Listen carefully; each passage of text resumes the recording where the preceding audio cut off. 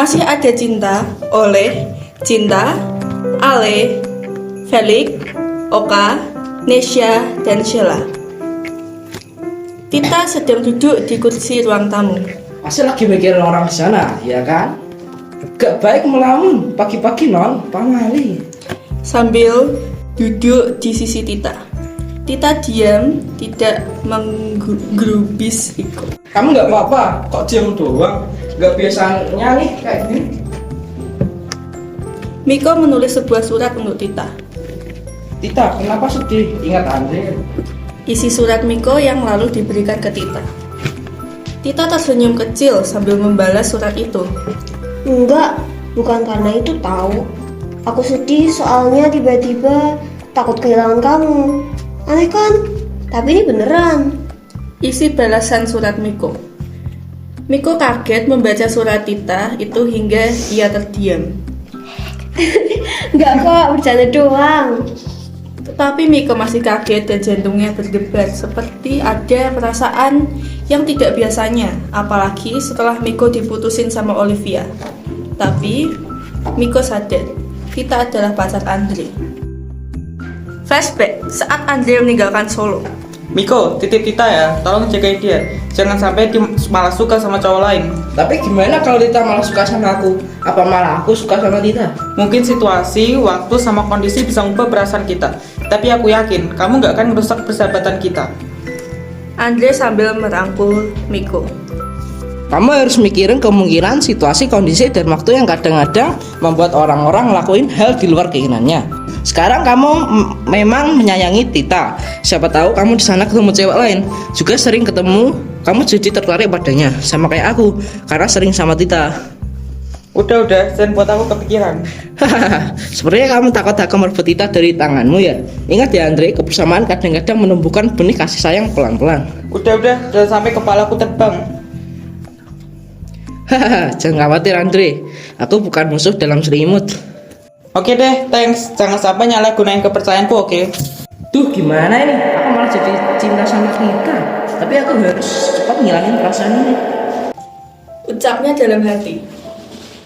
Heh, lo kelihatan kayak orang bego noh kalau bengong. Mengejek sambil tertawa keras. Miko dan Tita tertawa geli. Awas Mik, aku mau duduk. Ujar Lydia yang mengetahui Pak Bagas bentar lagi akan datang. Ya bentar. Ujar Miko yang akan segera bangkit. Tita menghela nafas karena mengeluarkan buku matematika yang sangat tebal. Murid-murid mulai berdatangan ke kelas karena pelajaran akan dimulai. Saat Miko selesai mandi, adiknya Dina masuk ke kamarnya. Mas, ada surat nih, ambil. Dari Andre. Miko membaca surat dari Andre. Miko, sahabatku. Sebelumnya aku mohon maaf padamu. Engkau pasti akan memaki-maki diriku. Ternyata apa yang kau katakan dahulu benar. Kebersamaan memang menumbuhkan benih-benih kasih sayang secara perlahan-lahan. Di sini aku berkenalan dengan seorang gadis yang sifatnya mirip dengan Tita. Nika namanya. Dia membuatku seolah-olah berada di sisi Tita bila aku sedang bersamanya. Kerinduanku pada Tita seolah-olah terobati hingga aku akhirnya benar-benar membutuhkan Nika. Miko, aku merasa berdosa pada Tita. Tapi di sisi lain aku tak dapat memungkiri bahwa aku mencintai Nika. Aku telah membuat Tita sakit hati ketika berlibur ke Bandung tanpa sepengetahuanku. Secara kebetulan kami bertemu di supermarket ketika saat itu aku bersama Nika. Saat itulah aku benar-benar menjadi seorang yang sangat pengecut.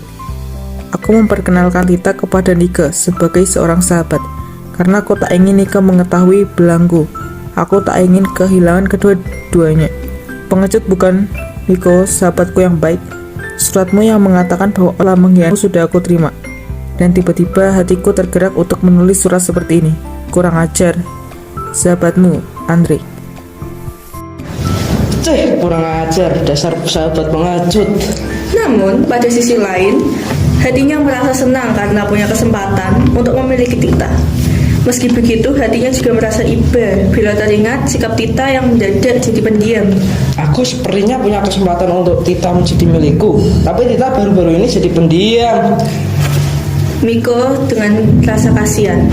Baiklah, kalau begitu aku memutuskan. Aku akan menjadi orang yang akan mengobati luka hati Tita supaya dia senang. Miko sambil tersenyum.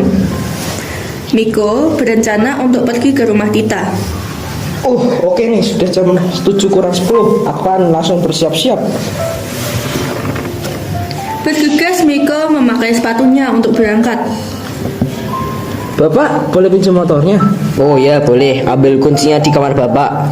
Baik, Pak. Tapi jangan pulang malam-malam, masih SMA nggak boleh pacaran sampai larut malam. Sahut bapak sambil menggoda. Iya, Pak, santai. Sahut Miko tertawa-tawa sambil beranjak ke kamar bapaknya. Loh, nggak salah rumah. Mama Olivia kan nggak di sini. Tita terkejut karena Miko tiba-tiba datang ke rumahnya. Aku sudah selesai sama Olivia. Selesai gimana? Ya selesai. Aku kan nggak sama Olivia lagi. Terus? Ya daripada aku sama Olivia nggak bisa bersatukan, aku mending sama kamu. Kenapa tuh? Ya ada. Miko tersenyum karena Tita menggodanya. Bukannya kamu sedih karena takut kehilangan aku? Tentu saja aku tidak mau membiarkan kamu sedih, kan? Miko mencoba menggoda balik Tita. Tita menjadi salah tingkah karena Miko yang menggodanya. Ia mencoba menahan senyumannya dan menahan hatinya yang bergejolak karena akhir-akhir ini ia selalu cemburu melihat Miko dengan Olivia. Kok lama? Kok bisa jadi gini ya? Ya bisa aja. Tapi sekarang kamu sudah punya yang lain, kan? Maksudmu? Udah, aku udah tahu hubunganmu sama Andre. Miko menatap lekat Tika. Apa mungkin secepat itu? Mungkin aja kalau udah lama ngerasain perasaan ini. Tapi kita nggak sadar karena terhalang oleh Andre dan Olivia. Suasananya hening. Masih ada harapan buat kita, Tita. Apa maukah kamu berjalan bersamaku untuk mengejar cita-cita? Miko mendekat pada Tita, Tapi Miko, mencoba menahan Miko. Udah, yang lalu biarlah jadi kenangan. Mungkin putusnya aku sama Olivia dan putusnya kamu sama Andre memang jalan yang ditujukan Tuhan. Ambil hikmahnya saja, oke? Miko dengan nada lembut. iya. Tita yang tersenyum manis.